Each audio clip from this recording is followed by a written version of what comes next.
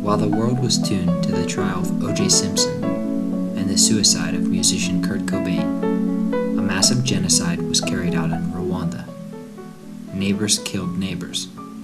Massacres took place in churches. The widespread swell of violence claimed nearly 1 million victims in 100 days. It was a conflict involving two socio-ethnic groups, in which Hutu extremists targeted Tutsis and moderate Hutus. What could have motivated the brutal killing? What role did the media play? And what is being done in Rwanda to make sure that it never happens again?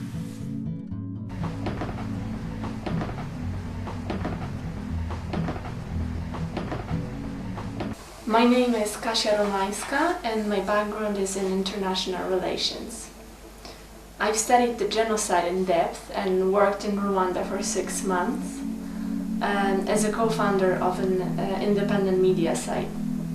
I worked on the ground as a journalist, documenting the work taking place toward unity and reconciliation.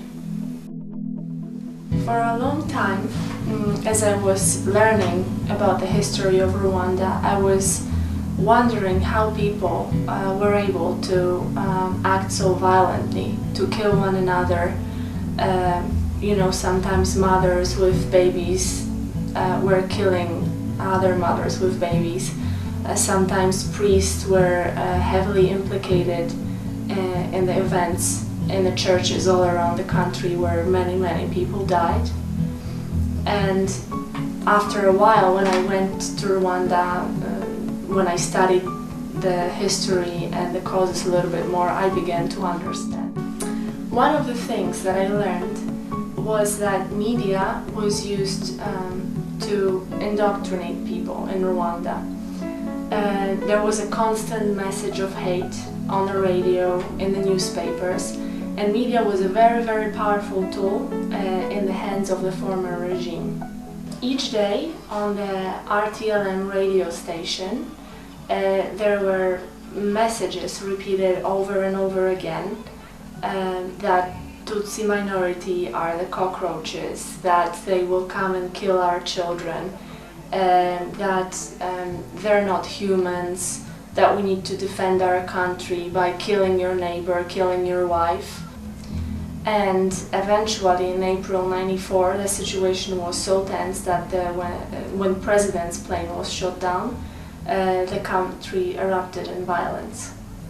In a world where terrorists use the mass media to indoctrinate young people, Rwanda has coordinated the national discussion to promote peace.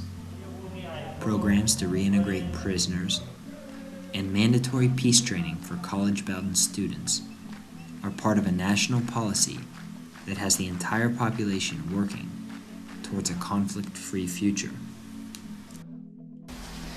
You know, sometimes people tell me, listening to my stories, to my points of view about what's happening in Africa, especially in Rwanda, that this is Africa, this is them, they're barbarians, they don't know how to live with one another, they're uncivilized and so on. And at this point I always pose the question, well, what happened here in Europe 60 years ago? I'm Polish, I'm from Poland, and we also have the history of genocide here.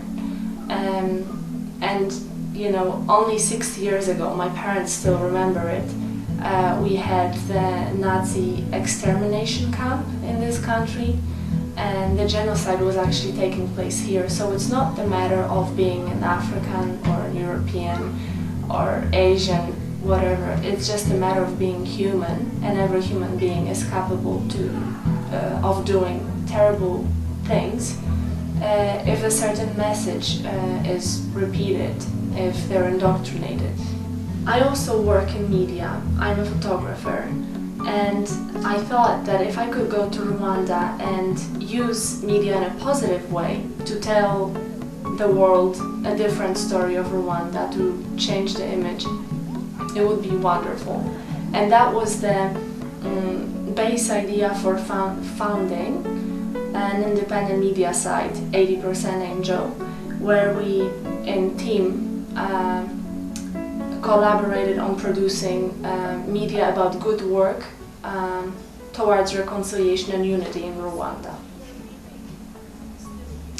My hope was that by broadcasting the video documentaries about the good work online, we would be able to accumulate the international audience around the certain endeavors of individuals in Rwanda, and that audience would be able to help those people financially or by moral support.